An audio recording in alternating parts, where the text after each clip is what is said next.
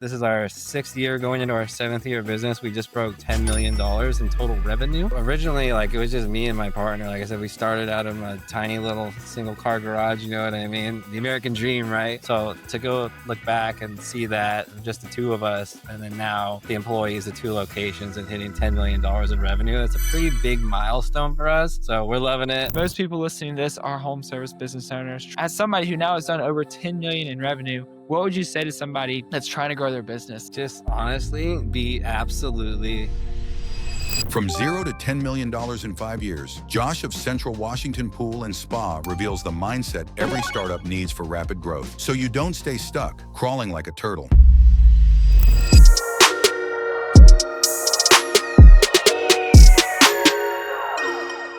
Welcome back to the Built Local podcast. Today we have Josh from Washington calling in, hopping on the podcast today. Josh owns Central Washington Pool and Spa, and he's been a Review Harvest user for a couple months now, 4 or 5 months now, and has just been absolutely crushing it. So we knew we had to have Josh hop on. Josh, how you doing today? I'm doing excellent, Clay. Thanks for having me, my man. Yes, sir, for sure. Well, the first thing we always like to ask is, why are you in the business you're in, right? Why pools? What got you into it? How did everything get started? Why pools? I'm not gonna lie to you. At first, I was just looking for a job, and I saw it available, and I was like, how hard can it be? Well, little did I Yeah. know, right? But just worked for another company in town. Worked there for about 5 years, and I worked there with another cat for my partner now for the same amount of time. Didn't know each other before, and we just realized, man, it's, at least here and maybe other places, I'm not sure. It's just a very fractured kind of industry. And I was like, Mm, man, we could really do this so much better. And that's what we yeah. did. You know what I mean? Okay, so how long did you work for another pool company before you started? 5 years, 5 Okay. years. And for anybody that's like thinking about going into starting their own business, but they have no experience in the industry, what is your recommendation to somebody? Do you 10 out of 10 recommend all the time,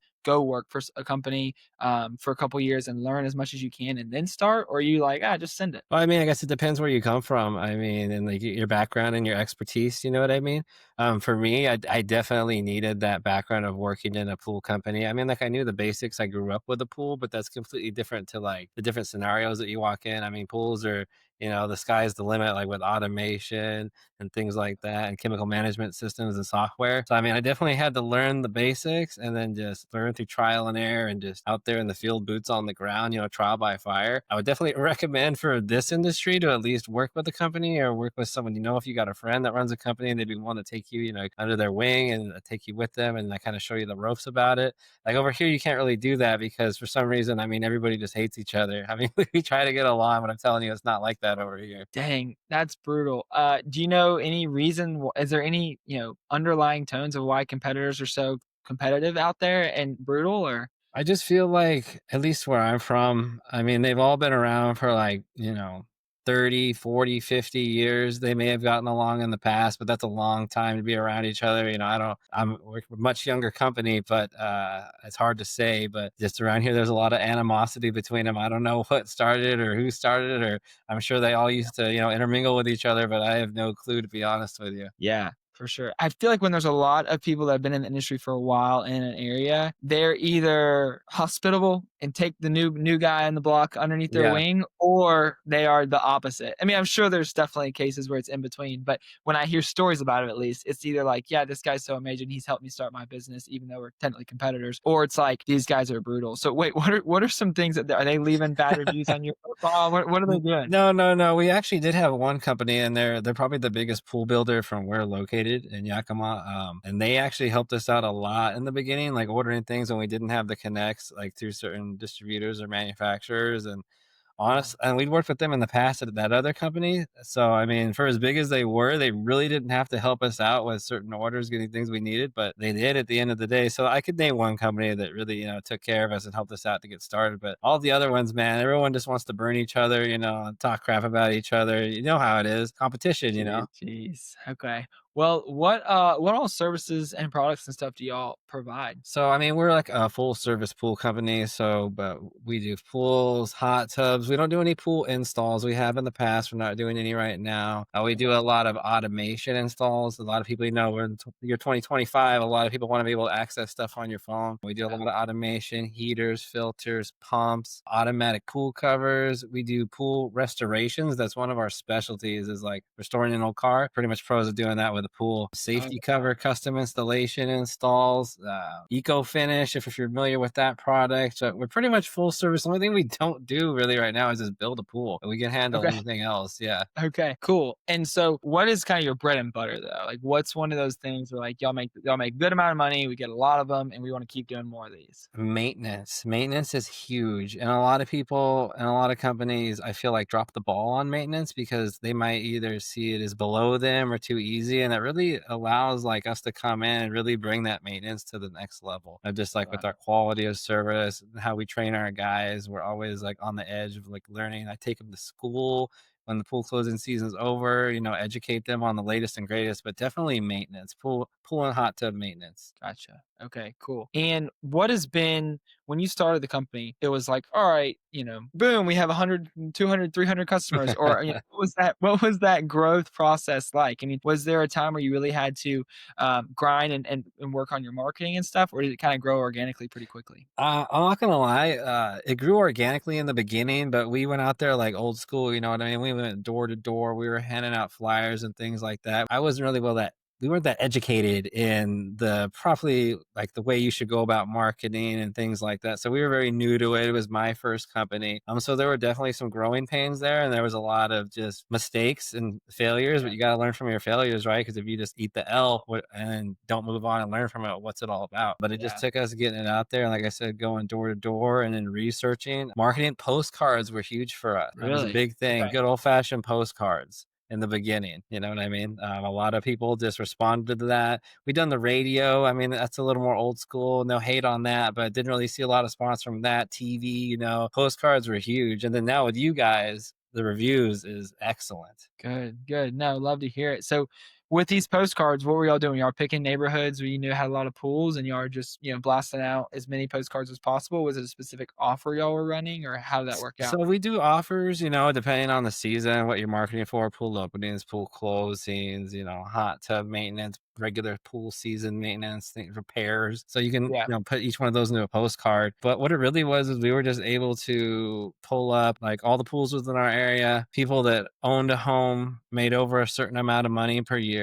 And then we were able to target that demographic, which was a pretty big deal for us. And then we were able to tailor as we were going through on what we were offering and adjust the needle to where we wanted for like what the homeowner was going to make, because we were really in the beginning looking for someone that could afford our services, someone who owned their home, they had a little more expendable income, and they were more likely to be a buying customer and stick with us for the long haul, and it really turned out pretty good. Awesome. Okay.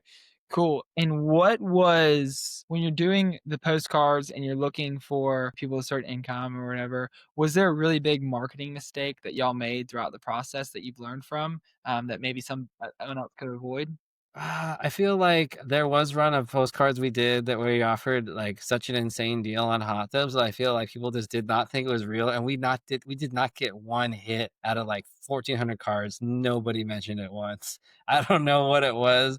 I mean, obviously we still stick with the postcards and they still work, but that was Yeah. like one time where we spent the money because they're not cheap to do that, and Yeah. we got nothing in return, zero.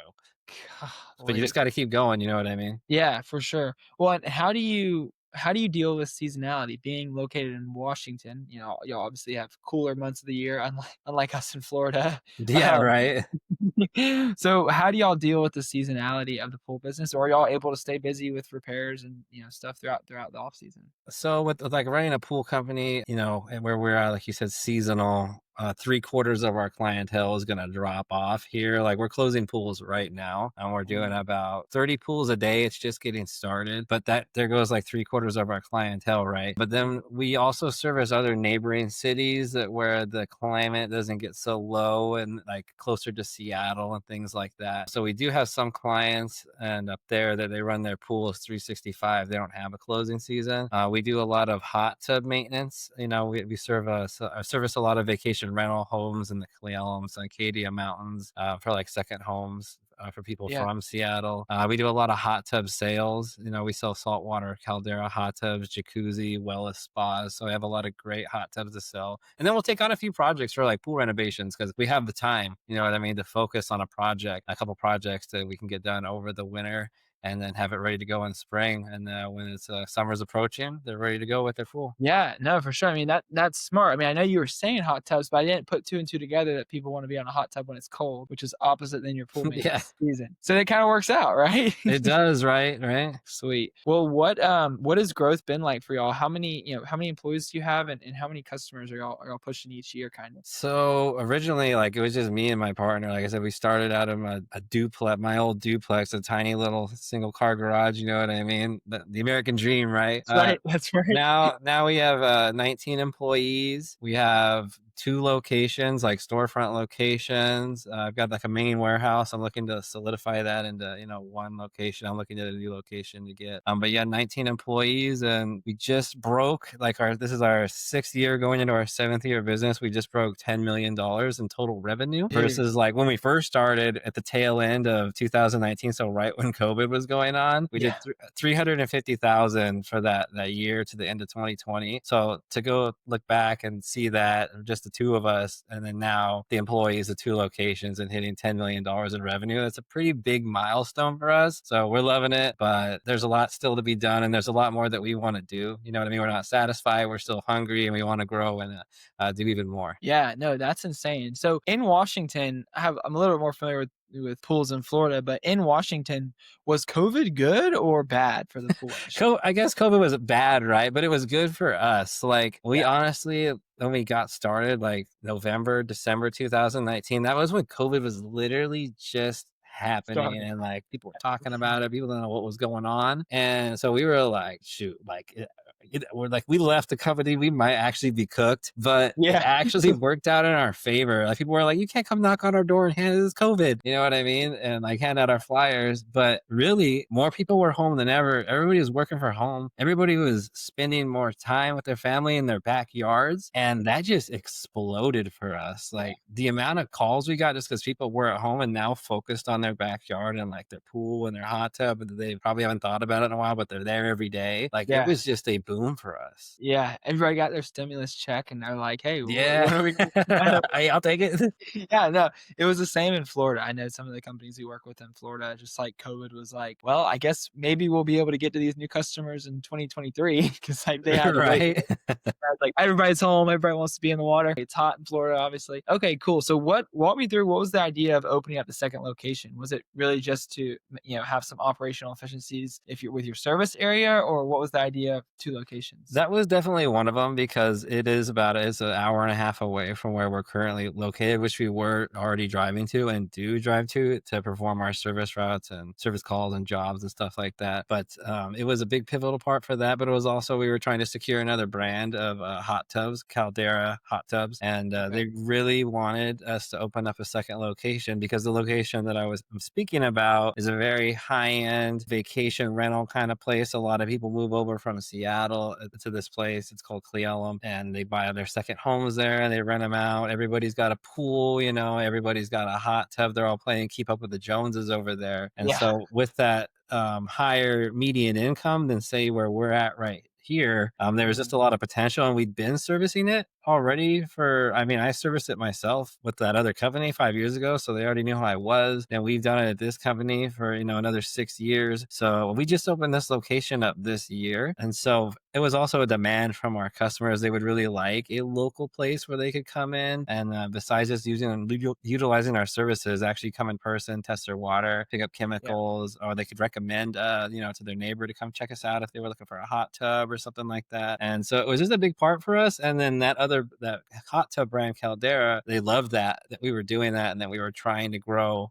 Like I mentioned, those other companies in town, I'm not trying to throw shade, but there's no growth. They've been around for 20, 30. One of them's been around for 50 years. They have one location and they're not doing anything different. And so that was one of the reasons we moved out there. It was a multitude of reasons, but all good things. Yeah, no, for sure. That sounds smart. I know that second home vacation rental places are huge here in Florida, and so tapping in that market sounds like a good idea. And plus, with now 10 million in all-time revenue, Hey, hey, yeah, that's we're pretty good. trying. What's next? What's next for y'all? What's the next goal? What's next for me? We'd like to pursue e-commerce more. We've done pretty good in e-commerce. I'd like to do that more.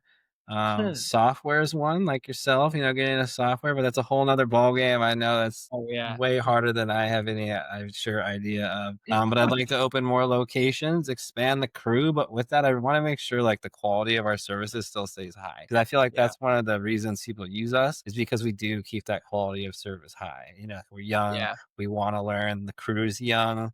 Everybody's really hungry. Customers are really happy with us. I mean, with you guys and the review program, we have the most reviews in town, and they're Heck yeah. all like 5-star seller reviews about how much people love using our services. So I guess Yeah. the overall goal is just to grow, keep providing that good quality for the community, and just take that to the next level and just scale it. You know what I mean? Sky's the limit. So why stop? Yeah, no, 100%. No, I mean, it sounds like you are killing it. And talking about those reviews, so before you guys started with us like end of April, I think you had around like 60 reviews or so. What were y'all doing to get reviews before working with Review Harvest? They were either just like people would leave one like organically, or we'd send out the Google link like manual, but it was not efficient. We were not on top of it. There were probably a lot of reviews, honestly, that we missed because either Yeah, we were just we were too busy, we weren't thinking about it, and they are important, like 100% they are, yeah, especially with Google SEO and like the search and everything like that, and where you're gonna pop up. So when you guys came along, I mean, like that first week, it was like instant, dude. The reviews started exploding, and I was like, oh my god, how have I been missing this whole time?